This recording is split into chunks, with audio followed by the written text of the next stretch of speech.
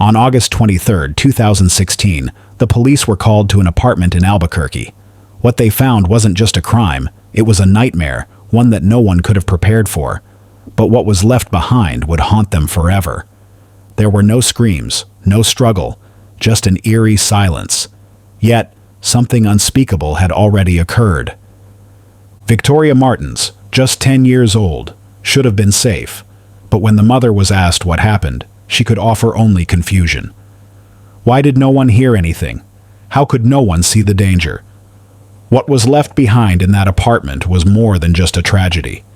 It was a question no one knew how to ask. This was harder to understand. How could a mother, supposed to be her child's protector, allow this? How could a mother stand by when everything pointed to something far more chilling than anyone imagined? What happens when the person who should protect you becomes the one who stands silent? Stay with us as we dig deeper into the mystery and uncover what no one saw coming.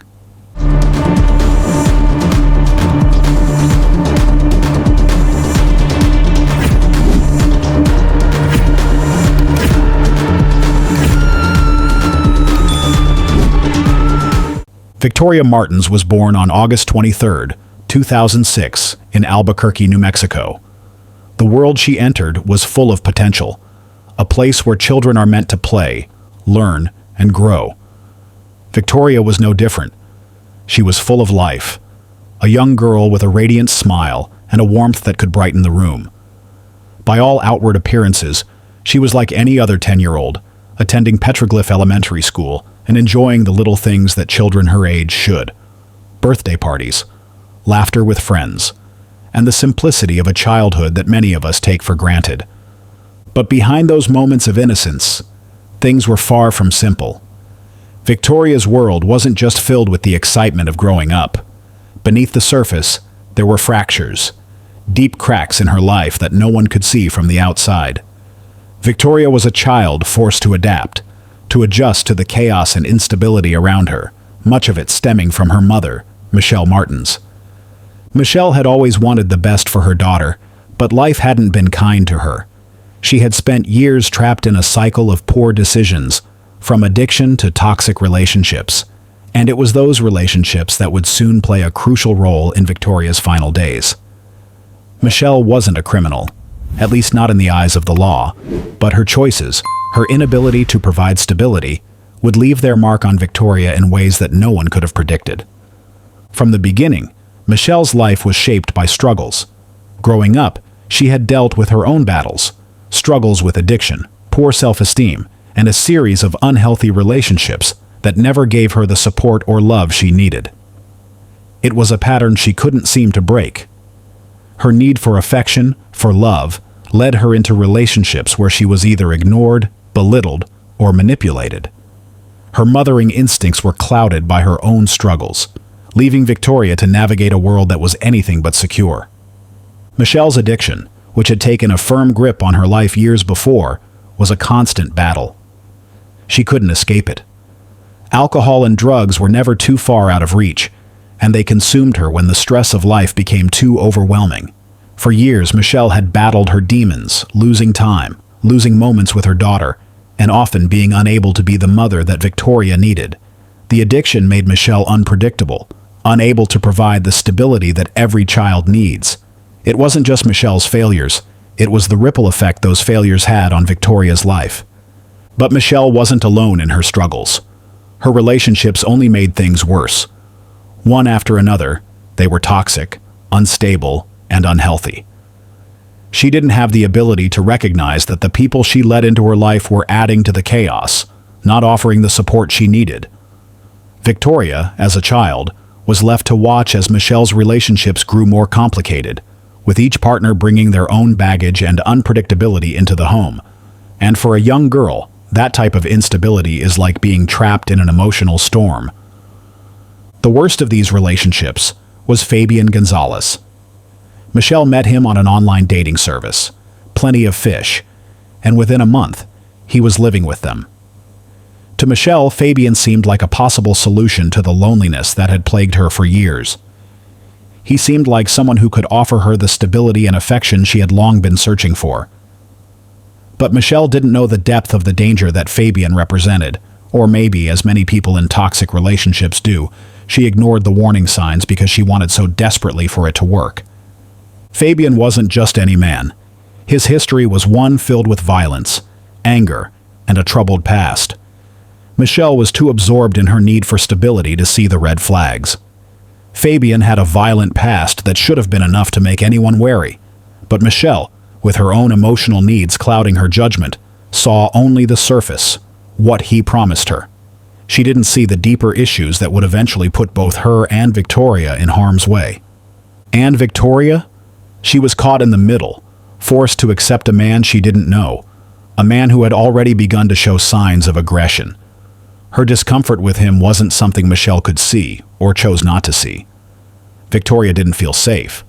Her trust in her mother, in her home, was shaken by the presence of this stranger. Fabian's temper, his volatile nature, and the way he seemed to control the atmosphere in their apartment. But she had no voice. Her mother, distracted by her own needs, didn't listen to what Victoria was saying without words.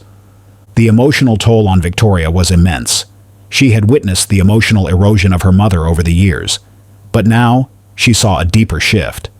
Michelle's focus was on Fabian, on him, and what he could provide for her, not on her daughter's needs. Victoria, growing up too quickly, knew that the safety she craved was no longer something she could rely on. But still, she held on to the hope that her mother could fix it, that Michelle could protect her. Those things could somehow go back to normal. But what Michelle didn't see, what she couldn't see, was that Fabian was becoming more than just a part of their household. He was becoming a threat. Not just to Michelle, but to Victoria. Fabian's behavior, his temper, his dark past, all of it was a sign that the house was no longer a safe place for her daughter. It wasn't long before it became clear that Michelle, unable to see or understand the depth of the danger, was dragging her daughter further into a nightmare. The man she'd invited into their lives would prove to be the catalyst for an unimaginable tragedy, but Michelle couldn't or wouldn't acknowledge the danger in front of her. Victoria deserved better. She deserved a childhood free from the shadows of her mother's mistakes, free from the danger that crept into their lives when Michelle sought out men who could offer nothing but pain. But instead, Victoria lived in the gaps left by her mother's choices. She grew up in a home where safety wasn't guaranteed, where love wasn't unconditional, and where survival meant finding a way to make it through the day. As the days passed, the cracks in their home deepened, and the foundation began to crumble. Michelle, trapped in her cycle of poor choices and addiction, couldn't see the danger until it was too late. She was no longer just failing herself, she was failing her daughter, and the consequences would be devastating. By the time Victoria's life was cut short, no one had seen it coming. Not the community, not the authorities, and certainly not Michelle. She thought she was just trying to survive. But in reality, she was pushing her daughter toward a fate no one could have ever imagined. And as the weeks passed, and Fabian became more deeply entrenched in their lives, the cracks began to widen. No one knew it yet, but the final piece of their family would fall into place, setting the stage for a tragedy no one saw coming. Where are you watching from? Drop your location in the comment section and tell us, if you were in Michelle's shoes, would you have noticed the danger? Could you have done anything differently? Let's hear your thoughts. On August 23, 2016, Victoria should have been celebrating her 10th birthday, a day that every child dreams of. But instead, what began as an ordinary evening spiraled into a tragedy that no one could have predicted. By 10 p.m., MDT, Jessica Kelly, cousin to Fabian Gonzalez, was seen carrying Victoria back into the apartment. Victoria had already been with Jessica earlier that evening, a part of the night's disturbing chain of events that would soon unfold. It wasn't just a simple act of helping a child inside after a long day. By that point, Victoria had already been drugged with methamphetamine and alcohol, allegedly given by Michelle Martens, though she would later recant that statement. Victoria, heavily intoxicated and incapacitated, was not in a state to move on her own. Jessica, who had been involved in the crime, was seen carrying her back inside the apartment, either because Victoria was too weak but still conscious. This was not a moment of help. It was the moment of a tragedy that would change everything.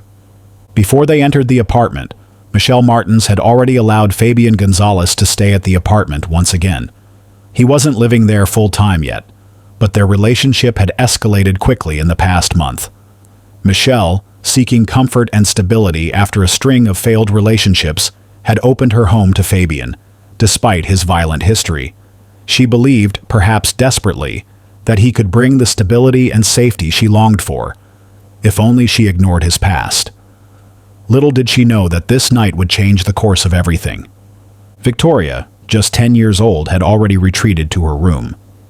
She wasn't fully aware of the growing tension between her mother and Fabian, but she could feel it. The heavy silence that seemed to linger, the way her mother had become smaller and more reserved in Fabian's presence. Victoria didn't fully understand the danger around her, but she could feel something wasn't right. Like most children in such unstable environments, she did what she could to stay out of the way, to avoid drawing attention to herself.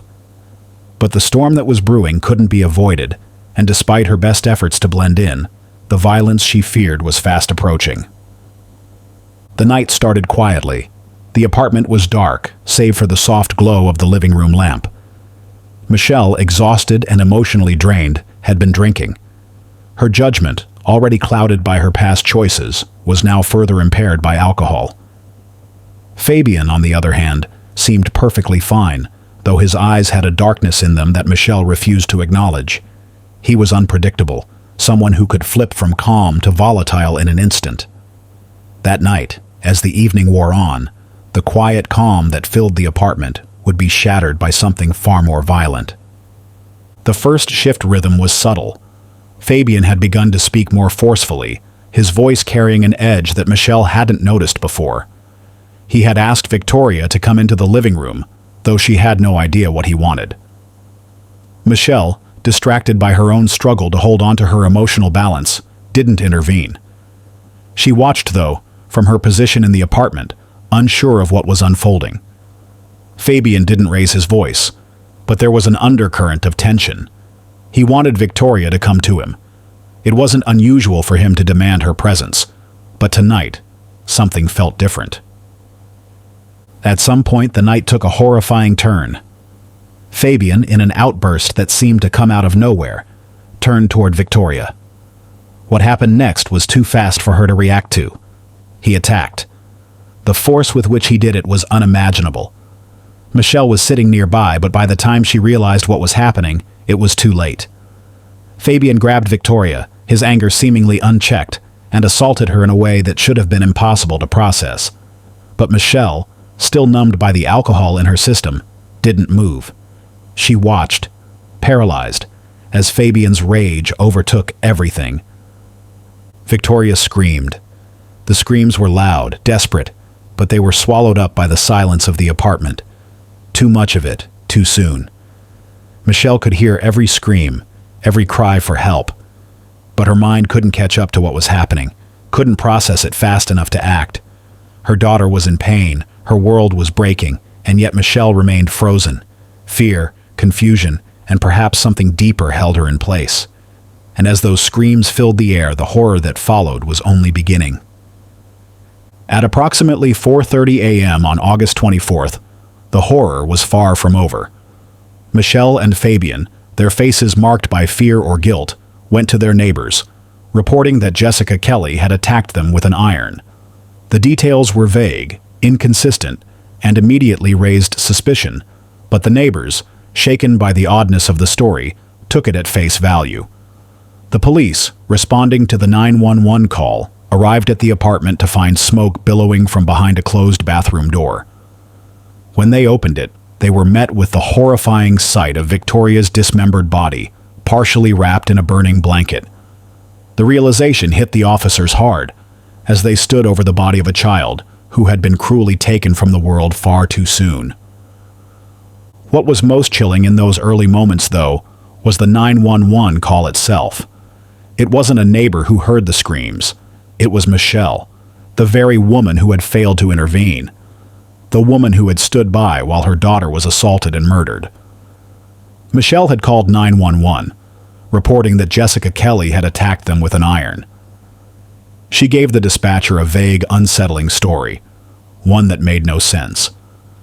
Her statement was inconsistent with the reality of what had just occurred, a frantic attempt to cover up the truth or protect herself from the consequences of her inaction. The call itself was a reflection of Michelle's shattered state of mind, trying to make sense of the horror while failing to confront the reality of her role in it. The details of that night, the screams, the silence, the inaction, would stay with everyone who witnessed it, and it would stay with Michelle as she faced the legal repercussions of her failure to act. She had failed to protect Victoria, and that failure would haunt her for the rest of her life. Share your thoughts. What would you have done in Michelle's shoes? Could you have stopped it? Could you have intervened to save your child? This case raises so many questions. What would you have done? When the first officers arrived at the apartment complex in Albuquerque on the early morning of August 24, 2016, they expected a domestic disturbance call, nothing more. But nothing could have prepared them for what they were about to uncover. Smoke was already escaping through the seams of the apartment door, curling upward into the dim hallway, a quiet signal that something was terribly wrong. The officers moved quickly, forcing their way inside, their boots echoing against the worn carpet of the second-floor unit. The apartment was eerily silent at first, except for the faint sound and crackle of something smoldering behind a closed bathroom door. The air carried a sharp, chemical smell of burnt fabric, and something far worse, something that told the officers instinctively this was not a normal scene. They shouted commands, identifying themselves as police, and within seconds, they forced open the door. The sight stopped them cold. On the bathroom floor, partially wrapped in a burning blanket, lay the dismembered remains of 10-year-old Victoria Martens. The smoke rose slowly, licking the air, as the officers tried to process the nightmare in front of them. Even for seasoned responders, it was a vision that would etch itself into memory forever. Michelle and Fabian were found outside the apartment, frantic, rambling, and shaken. Yet their behavior didn't match the gravity of what had just been discovered. Jessica Kelly, injured and disoriented, lingered nearby with cuts and burns that suggested a struggle, but not one she could clearly explain. Officers quickly separated the three of them and led them toward the waiting squad cars. The wail of sirens cut through the humid night air as neighbors peered from windows and doorways, watching the three figures disappear into the flashing blue and red lights. One by one, Michelle Martens, Fabian Gonzalez, and Jessica Kelly were transported to the station for questioning, their faces illuminated in the intermittent glow of the police cruiser lights. The gravity of what they had left behind followed them like a shadow. The officers on the scene struggled to preserve the integrity of the crime scene amid the chaos. The burning blanket had to be extinguished, but every movement risked disturbing potential evidence. Neighbors crowded the hallways, whispering, recording on their phones, trying to make sense of the tragedy unfolding just a few feet from their own homes. The smell of smoke and scorched fabric clung to the air as officers called for backup and forensic teams. In those first crucial hours, small mistakes were made. Gloves weren't changed as frequently as protocol demanded.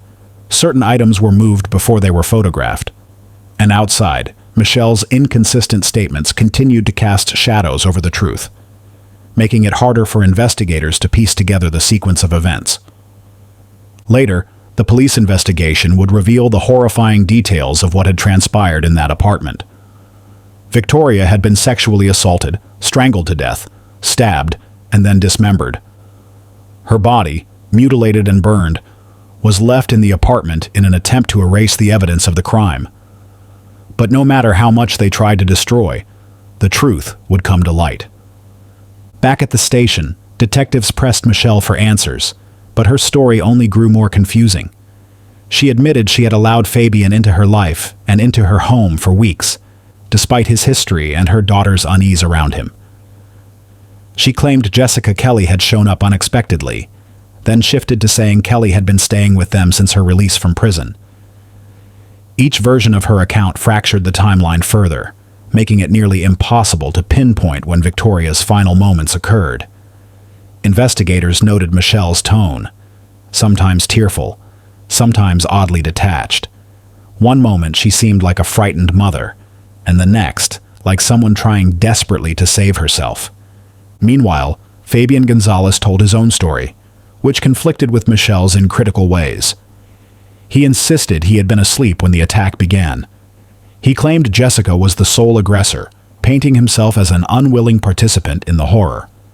Yet neighbors' reports of hearing screams around 10 p.m. painted a different picture. Some described multiple voices shouting. Others swore they heard Victoria's cries. Fabian's demeanor alternated between arrogance and denial, frustrating investigators who needed clarity in the hours following the discovery. The conflicting stories created a fog of confusion that only deepened the emotional toll on the officers involved. The forensic team faced their own challenges. In their effort to document the scene, the smoldering remains, and the apartment's condition, they found critical evidence but risked losing details due to the heat, smoke, and initial mishandling. Early reports suggested delays in securing all the samples properly. DNA, fingerprints, and trace fibers that could connect each suspect to specific acts in the crime. These early errors would later draw public criticism and cast doubt on parts of the investigation, especially as Michelle's statements kept shifting, forcing detectives to revisit evidence multiple times to confirm the facts. Inside the precinct, the weight of the case bore down on everyone involved. Detectives who had seen everything from gang shootings to violent domestic cases said later that Victoria's murder felt different. It pierced through the armor that law enforcement professionals build over years of service. The idea that a mother could fail her daughter so completely, that a home could become a place of such evil, left them reeling.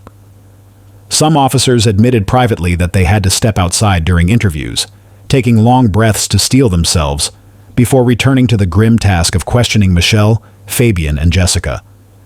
As the day broke in Albuquerque, the case had only grown more complicated. Media outlets were already swarming the apartment complex. Neighbors, still in shock, gave statements to reporters about the little girl who had just celebrated her 10th birthday hours before she was killed. The police department prepared a press release, but inside the squad room, detectives knew the story was far from clear. Every statement Michelle gave unraveled into contradictions. Every lead seemed to splinter into new questions. And in the background, the evidence, fragile, partially mishandled in the rush, was the only voice Victoria had left. The first 48 hours of the investigation were a whirlwind of emotion, confusion, and pressure. The community demanded answers. The officers who had witnessed the aftermath of the crime carried images they would never forget. The system that was supposed to protect children had failed, and the police knew the world would be watching how they handled the aftermath. Behind the steel walls of the interrogation rooms, Michelle Martens shifted in her chair, her face a portrait of fear and denial, while the truth about her daughter's last night on Earth hung heavy in the air, waiting to be fully revealed. If you were one of the officers walking into that apartment, seeing that smoke and opening that bathroom door, what would go through your mind? Could you keep your composure, or would the sight haunt you forever? Neighbors who had seen Victoria Martens grow up were the first to confront the unbearable truth. One woman, her voice shaking, told reporters she had watched Victoria ride her bike on the sidewalks, waving to everyone she passed. Another man admitted he heard the screams that night but didn't know what to do, and that guilt would follow him for the rest of his life. Many said Michelle Martens had always seemed quiet, even friendly, though she often kept to herself. No one could reconcile the mother they'd casually greeted with the unspeakable reality behind her apartment door. The Martens family was shattered by the news. Relatives arriving at the scene wept openly, some collapsing into the arms of officers and neighbors. For them, the questions came hard and fast.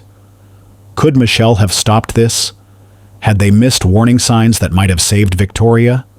A cousin whispered through tears that they had always worried about Michelle's choices in men, but no one had imagined it could end like this. It was August. The grief was deepened by an unbearable sense of what-ifs, a feeling that someone, anyone, might have been able to protect her if they had only understood sooner. The psychological toll on the community grew heavier with each passing day. Parents who once allowed their children to roam freely now refused to let them out of sight. Apartment residents avoided walking past the second-floor unit, as if even a glance might bring the memory back too vividly. Some neighbors confessed they couldn't sleep, haunted by the sound of sirens and the image of flashing police lights reflecting off the windows. For a close-knit corner of Albuquerque, innocence had been stripped away overnight, leaving only questions, fear, and a quiet demand for justice. A makeshift memorial soon appeared along the sidewalk just below the taped-off stairwell. Pink balloons drifted gently against the railings. Candles flickered beside stuffed animals that leaned against one another like grieving companions. Handwritten notes, scrawled by children and adults alike, read, "We love you, Victoria," and "You deserved the world." The memorial grew by the hour as news spread, turning the street into a place of mourning where strangers stood shoulder to shoulder, holding hands, some whispering prayers, others simply staring in stunned silence. What the community couldn't shake was the sense of betrayal that ran deeper than the crime itself. This wasn't a stranger breaking in. This wasn't an outside threat. The horror had come from within the walls of the home. A home where a little girl should have been safe. Even as neighbors lit candles and left flowers, the whispers grew louder. How could Michelle let this happen? Was she a victim, or was she part of it? And if she had a choice, why didn't she fight harder to save her own child? The shock eventually turned to anger. Some neighbors demanded answers publicly, speaking to news crews about accountability and justice. The pain of knowing Victoria's final hours were filled with terror became a shared burden, one that no vigil or prayer could erase. It wasn't just about one family anymore. It was about trust, safety, and the cruel reminder that evil can live behind the most ordinary doors. By the end of that week, the apartment complex had changed forever. Families spoke in hushed tones as they passed each other in the parking lot. Parents who once waved casually now clutched their children's hands tighter, eyes scanning every window, every stairwell, every shadow. The city had seen tragedy before, but this one cut differently. It left a wound that bled into every conversation, every late-night news segment, every moment of reflection when the street fell silent. And still, one question loomed over every heart and mind, refusing to let go. If this could happen here, to a child everyone thought was safe, what does that say about the people we think we know? As the investigation pressed forward, the picture of Michelle Martens' role in her daughter's murder became increasingly complicated. Every new piece of evidence forced detectives and the community to ask the same question. Was Michelle an unwilling witness trapped in fear, or a mother who silently allowed the unthinkable to happen? Forensic evidence spoke first, and it did not whisper. Michelle's fingerprints were found on the partially burned blanket that had been wrapped around Victoria's dismembered body.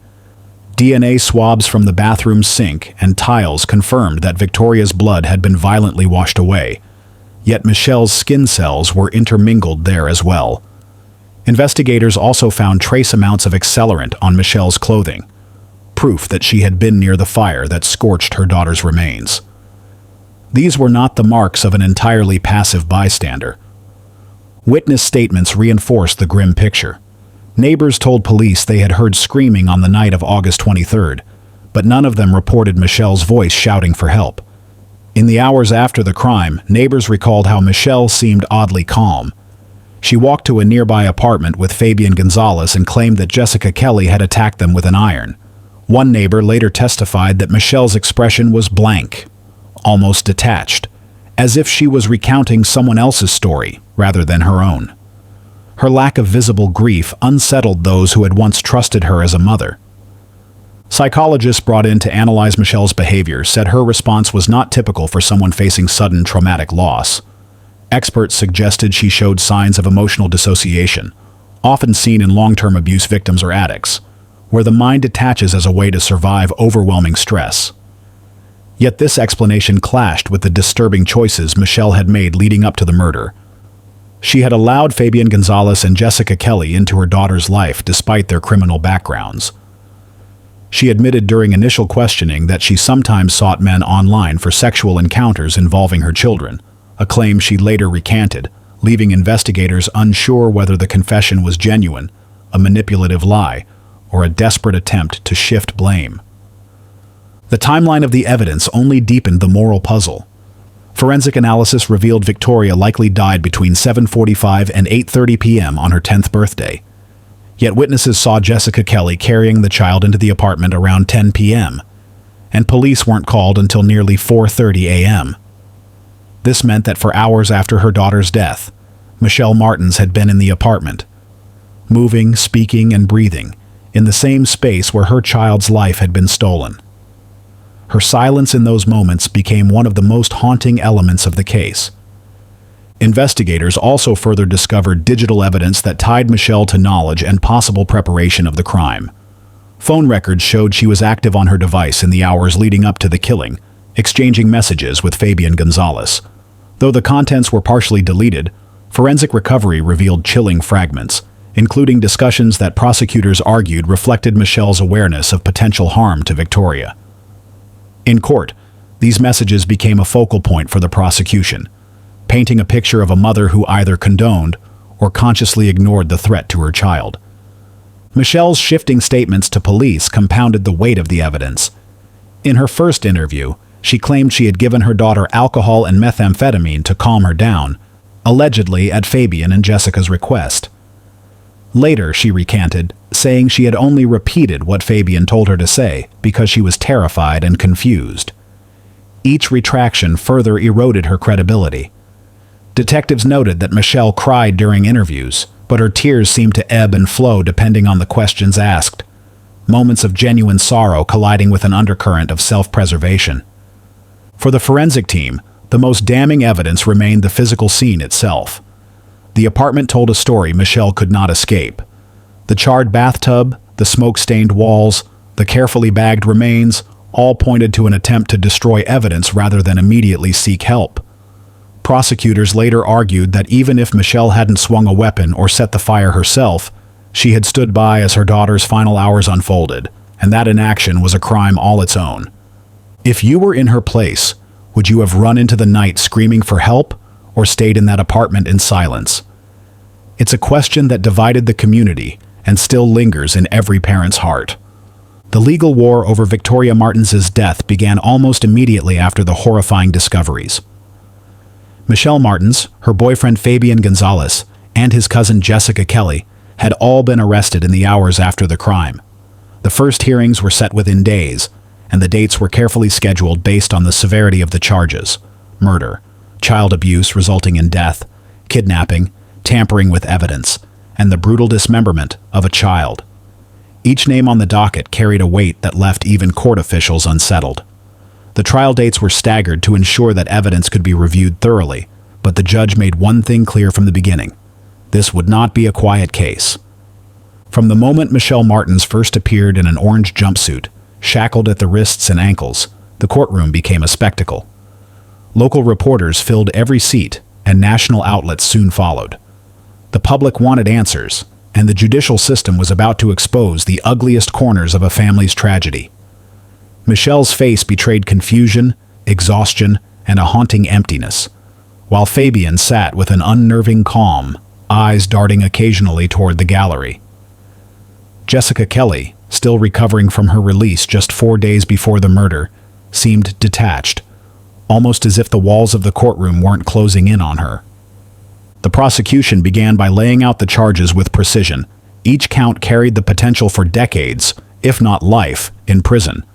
The state argued that Michelle, Fabian, and Jessica had formed a conspiracy of neglect and violence that led directly to Victoria's death. Child abuse resulting in death was the centerpiece of the case, but the dismemberment and burning of the body added an almost unspeakable gravity. The district attorney emphasized that this was not just a case of parental failure. It was a chain of deliberate choices that ended in the most unimaginable betrayal. Michelle's defense painted a different picture. Her attorneys claimed she was a mother trapped in fear, manipulated by Fabian Gonzalez, who held psychological and emotional control over her. They argued that Michelle's history of poor relationships and substance abuse left her vulnerable to coercion. They described a woman addicted to validation, so desperate for love that she ignored the danger surrounding her daughter. They insisted that Michelle never lifted a hand against Victoria, and that her failure to act came not from cruelty, but from terror.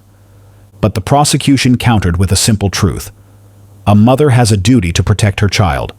Her silence, her compliance, and her willingness to let strangers into her home had paved the road to Victoria's death. In opening arguments, the state reminded the jury that Michelle had made multiple inconsistent statements during police interviews. First, she claimed she had no idea what Fabian and Jessica planned. Then, she admitted to giving her daughter alcohol and methamphetamine to calm her down, a confession she later recanted. These contradictions made the jury shift uneasily in their seats. Court scheduling became its own battle. The judge scheduled pre-trial hearings to examine evidence collection, including the mishandled crime scene where officers overlooked critical forensic details in the first chaotic hours. Delays followed as the defense filed motions to suppress statements Michelle had made without legal counsel present, and the prosecution demanded time to analyze the complex digital evidence, text messages, online dating logs, and search histories that suggested premeditation. Each new hearing drew larger crowds. Protesters and news vans lined the courthouse steps, and the case became a point of national debate about parental responsibility and systemic failure. Inside the courtroom, the atmosphere was suffocating. Family members of Victoria sat behind the prosecution's table, clutching tissues and photos of the little girl smiling at birthday parties and school events. Some days, the courtroom fell completely silent as attorneys read aloud the autopsy findings, emphasizing the brutality of the crime without yet showing the jury the graphic images. Jurors shifted in their seats, some glancing toward Michelle with disbelief, others staring at the floor. The defense tried to humanize Michelle. They called attention to her cooperation with investigators after the 911 call, her immediate surrender, and her willingness to provide names. They argued that Fabian and Jessica were the driving forces, and that Michelle had been living in a fog of addiction and codependency, a woman incapable of protecting herself, let alone her daughter. It was a strategy meant to plant reasonable doubt, but in the eyes of many watching, it felt like an excuse. By the second week of hearings, the media spectacle had grown louder than the proceedings themselves. Commentators debated whether Michelle deserved life in prison, or if she was simply another casualty in a cycle of abuse and neglect. Some viewers saw Fabian as the predator, and Michelle as his broken accomplice. Others saw her as the ultimate betrayer, a mother who opened the door for the very people who destroyed her child. The judge, aware of the growing frenzy, reminded the jury that their job was to see the evidence, not the headlines. But the evidence was damning. Michelle's own words, Fabian's calm demeanor, and the autopsy that revealed a chain of suffering no one in the courtroom could erase from memory. By the time trial dates were finalized, the city of Albuquerque was holding its breath. Each proceeding would be a step closer to answers, but no verdict could bring back Victoria Martens. And as the gavel struck to end each day, the same question lingered in the air. How could a mother allow her child to face such horror? And what kind of justice could possibly be enough? The day the verdict was delivered felt like the final act of a nightmare. After months of investigation and weeks of courtroom drama, the jury filed into the silent room. They had spent hours behind closed doors, reviewing the evidence, photographs, witness testimonies, and the forensic reports that detailed every moment of horror Victoria endured. When the foreman rose to speak, the world seemed to pause. Guilty.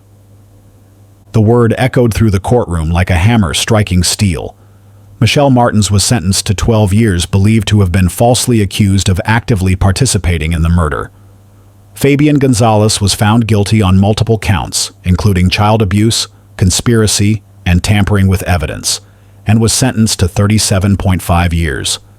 Jessica Kelly, whose involvement in the crime had been undeniable, was sentenced in April 2022 to 44 years in prison for her role in the death of Victoria Martens. However, due to the plea deal she struck with prosecutors in exchange for testifying against Fabian Gonzalez, Kelly may only serve half of that sentence, reducing her time to 22 years before she becomes eligible for parole. The dates of the sentencing hearings were decided immediately. Michelle's formal sentencing was scheduled for the following month, while Fabian's hearing was set 2 weeks later. These dates became grim milestones for the family, each one a reminder of the long shadow Victoria's death had cast over their lives. When the judge read the full verdict, Michelle barely flinched, her hands folded tightly in her lap, her lips pressed into a thin, colorless line. Fabian clenched his jaw and shook his head slightly, as if denying the reality closing in around him. The courtroom was silent except for the sobs of Victoria's family, who finally heard the words they had waited for. Michelle Martens would never walk free again, and Gonzalez faced the same fate. Across the room, Victoria's grandmother wept openly, her voice breaking in a low, haunting wail. The gallery murmured with a mixture of anger and sorrow. Court reporters captured every word for the evening news, and cameras outside the courthouse waited to feed the public's hunger for justice. Yet for the family, there was no celebration, only an ache that no sentence could ever erase. Life in prison for Michelle and Fabian might have closed the legal chapter, but it could never bring Victoria back. The surviving family members left the courthouse that day carrying a burden no verdict could lift. Victoria's father, who had largely stayed out of the public eye, appeared broken. He later admitted that he replayed the moment of the verdict in his mind, wondering if his daughter had felt his love in her final hours. Her siblings were shielded from the public spectacle, but their lives were forever altered. They would grow up knowing their mother chose the wrong side of love, and it had cost their sister everything. Inside the courtroom, grief twisted into something sharper: regret. Family members asked themselves over and over, could we have done more? Could we have saved her? Those questions hung in the air, unanswered, and perhaps unanswerable. Outside, the community's rage boiled over. Neighbors who had once exchanged casual greetings with Michelle Martens now gave angry interviews to reporters. "She smiled at us like nothing was wrong," one neighbor said, shaking her head in disbelief. Protesters gathered near the courthouse steps, holding signs that read, "Justice for Victoria," and "The system failed." Local media revisited every detail, including the missed opportunities by the state's child protection agencies. How had 5 prior calls to the New Mexico Children, Youth, and Families Department not prevented this tragedy? Editorials demanded reforms, and community members voiced their outrage during town halls, describing the verdict as a partial victory in a larger failure. Even weeks after the trial, the shockwaves continued to ripple. Victoria's death became more than a crime. It was a mirror reflecting the deepest fears of parents and neighbors alike. People locked their doors tighter, watched their streets more closely, and held their children just a little closer. The courtroom verdict offered justice on paper, but not in the heart. Michelle Martens would spend her life in prison, and Fabian Gonzalez would face the same fate, but the sentence could never erase the betrayal that ended Victoria's life. In Albuquerque, whispers of the case lingered in grocery stores, schools, and church pews. Everyone remembered the laughter in Victoria's photos, and the horror behind the apartment door. Even now, the question refuses to fade. If this could happen to Victoria, could it happen to any child? Victoria Martens's death was not just a family tragedy. It was a devastating indictment of the systems meant to protect her. Her story forced an entire city, and ultimately a nation, to confront uncomfortable questions about how a child could endure such danger in plain sight without intervention. Behind the unspeakable crime were failures that were not isolated to one home, but woven into the very fabric of the institutions tasked with safeguarding children. Over the course of 2 years, the New Mexico Children, Youth, and Families Department received multiple calls regarding Michelle Martens' household. Some came from neighbors concerned about the safety of the children. Others came from Michelle herself, often in moments of distress or fear. By the time Victoria turned 10, at least 5 separate calls had been logged, each one a potential lifeline, each one a missed opportunity to intervene. The system faltered, and no decisive action was taken to remove Victoria from harm's way.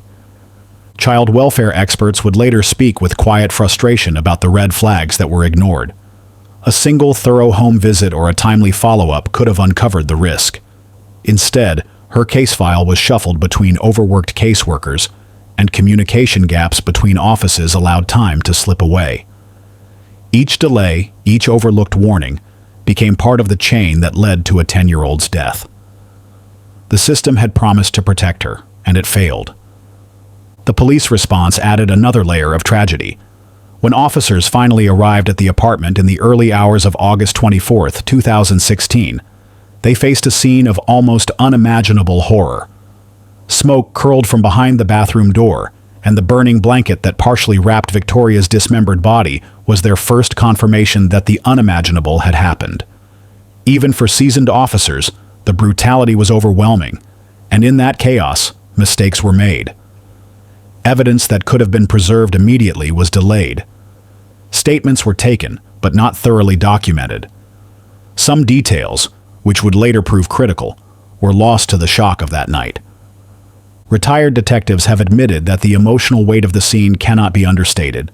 Crime scenes of this magnitude test even the most experienced officers, and the human reaction to horror can interfere with procedure. These lapses complicated the investigation and provided the defense with openings to challenge the timeline and narrative that prosecutors would later present in court. Michelle Martens' own statements had only deepened the uncertainty.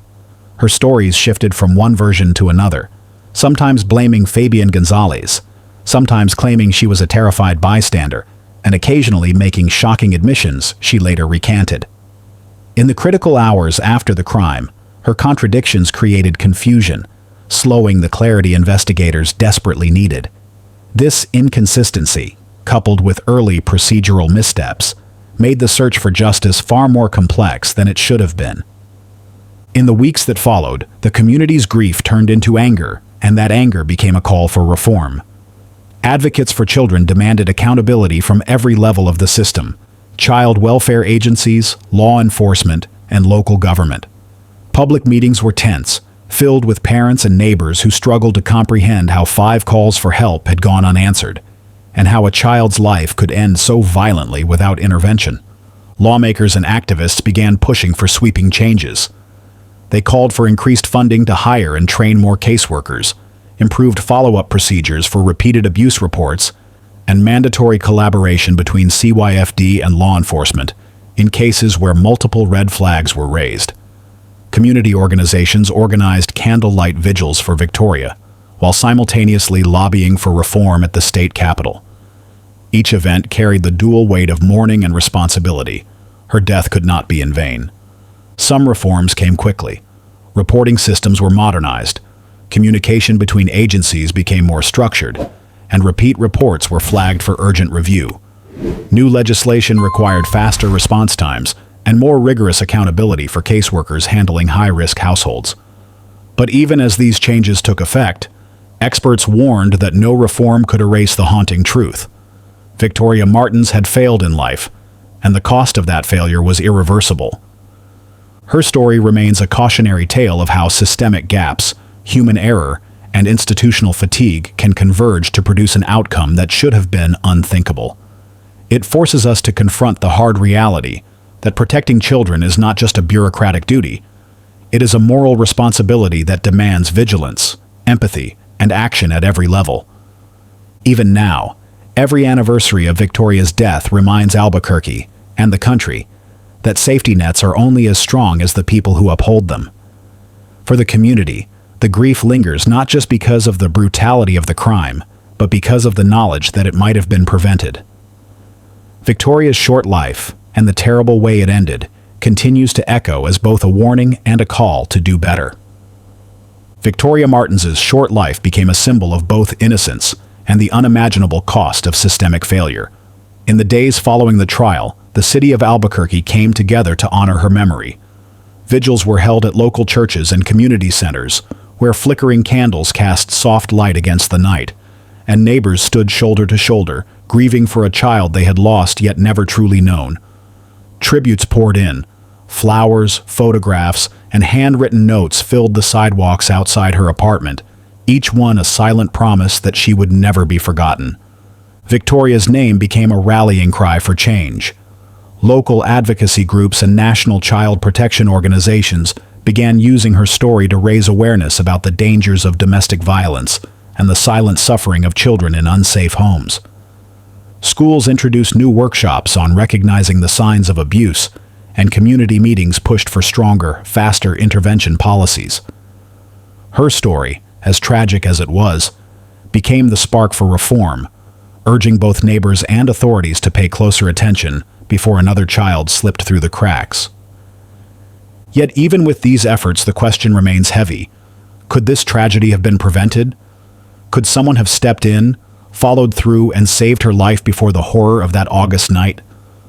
These questions echo in the minds of every parent, teacher, and officer who hears her story. Justice may have been served in the courtroom, but the price was unbearably high, and the scars left on her family and community will never fully fade. Victoria Martens' story is more than a case file. It is a call to conscience. It challenges us to protect the most vulnerable among us and to never ignore the warning signs that a child may be in danger.